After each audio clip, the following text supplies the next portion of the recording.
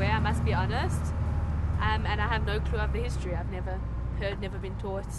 I do think it's very important to look into the history, but I also think you can't dwell on the history, because when you start to dwell on the history, you get stuck there and you get stuck in the past and you can't move forward.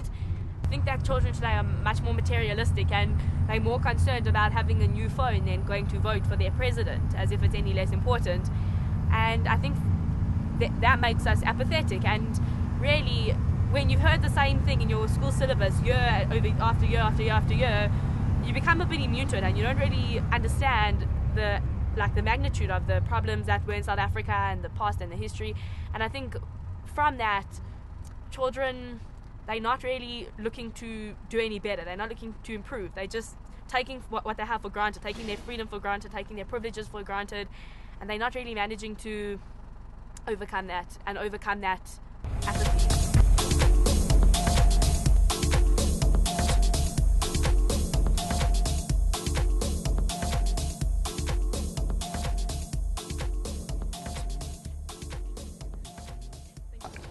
What I'm here for today is to try to bridge the gap between what I know and what you know. What I am trying to do today is to open up a first few steps around things that you may not know and offer an interpretation. The youth of today and all of us have the job of interpreting our freedom, giving meaning to our freedom. It's not obvious what freedom means. It's not obvious what the people shall govern should mean. Don't we all want to be active citizens, defending our rights, advancing our rights? Freedom is something that is never finally realized. It is something that can grow and grow. And people like yourselves need to read the Constitution, to read the Freedom Charter and say, what does this mean? Is it still relevant? It's not up to me to give you the final word. It's up to you to take whatever you have learned here and ask questions and see whether it can benefit you and, in fact, reject what you think is necessary to reject. Okay, thanks.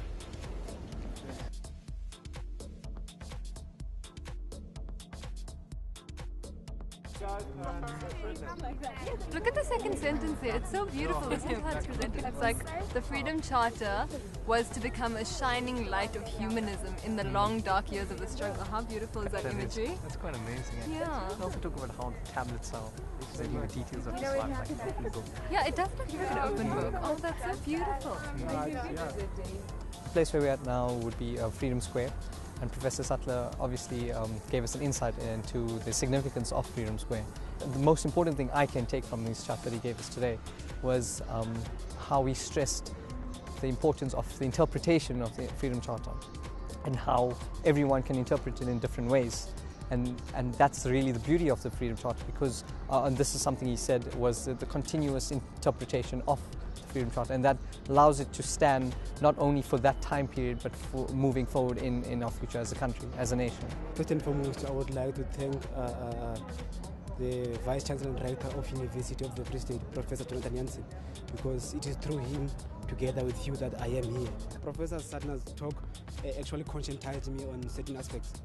These include, it broadened my knowledge about the Freedom Charter. There are certain things that I never knew about it. These include the volunteers that went to the townships to demand the masses' ideas. What do they want to South Africa to be? How do they visualize it as their juridical society? So his talk actually broadened my knowledge on what I knew. So it gave me more and more. So I'm even hungry for more knowledge. I like that one because it says no one shall be imprisoned, deported, restricted, or restricted without a fair trial. So it's like, it's not saying, look, we are without punishment and whatever. It's saying, look, that's allowed if there's a fair trial and the person is condemned thereafter. So I think that that's important.